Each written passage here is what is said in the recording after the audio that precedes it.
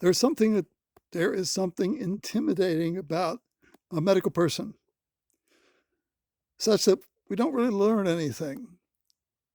And unfortunately, all her language is medicine, not engineering science. I say that with respect. But how you learn it, how you deal with it is up to you. I deal with it by making measurements starting at 2040 to get back to 2020. And I've been doing it 12 years. So if there's any harm to doing it, I'm doing it. And I have the 2020, and I'll never go back to 2080 or so. Here goes.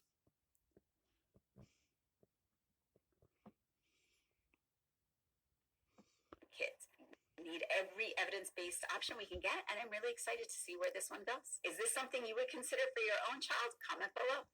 I almost didn't share this new nearsightedness treatment because it's really different, but stay with me. Half the world's population could be nearsighted by 2050. We are looking at a myopia epidemic. And while I usually talk about limiting screen time or getting your kids outdoors, this is something new that I thought you should know about. It's called ETEAS, eye transcutaneous electrical acupoint stimulation. Basically, they put electrodes around a child's eye and stimulate specific acupoints with gentle electrical impulses. And it's based on traditional Chinese medical principles. So I know how that sounds. I'm an Ivy League trained ophthalmologist. I practice Western medicine, but I love this bridge between the two. And here's what made me pay attention.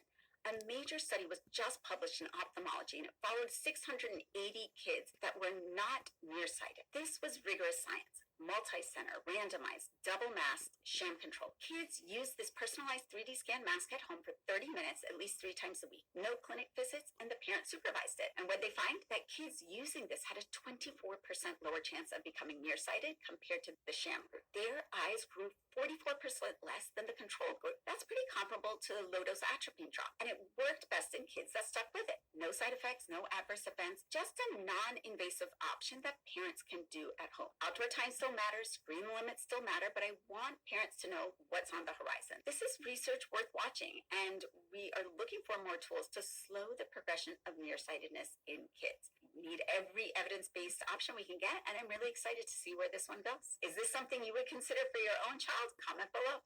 I almost didn't share this new nearsightedness treatment because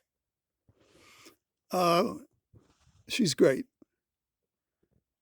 but she does the one thing that she can't prescribe: keep her kids' eyes 20 inches off the page and play tennis. And that's the only thing that works. She talks about slowing down. I would never talk that way. I either want to get out of it or I'm dead. So that's my choice.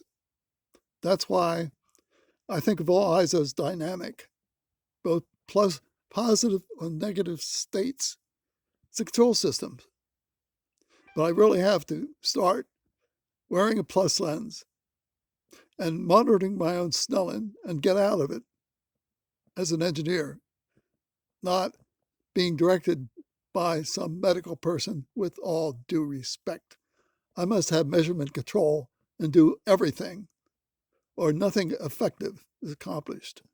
And I say with respect, she really wants to help, but the help is in your intelligence and motivation, and hopefully people who will have you make the measurement yourself.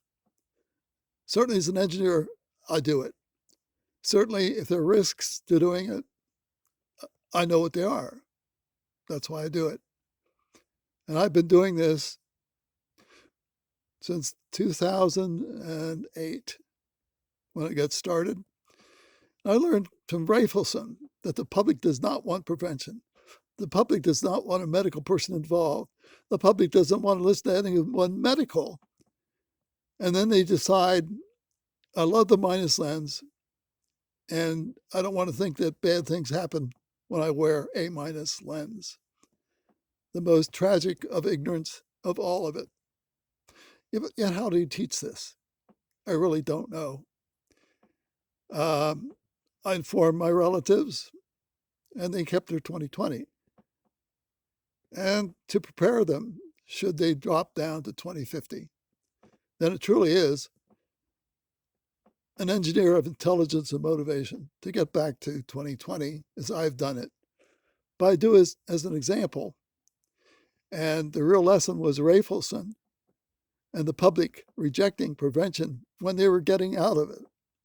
And that was Prentice.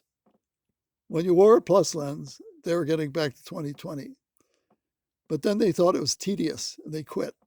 That's why absolutely no one will ever get out of myopia. Absolutely no one, until you understand why. And the reason why is in engineering and science. It is not in medicine. I don't give people a hard time. You either understand it and do it. That would be a lecture at a 4-year aeronautical college, and then give the people choice. Have them make the measurement, or there's no study. Add your own commentary, and thank you.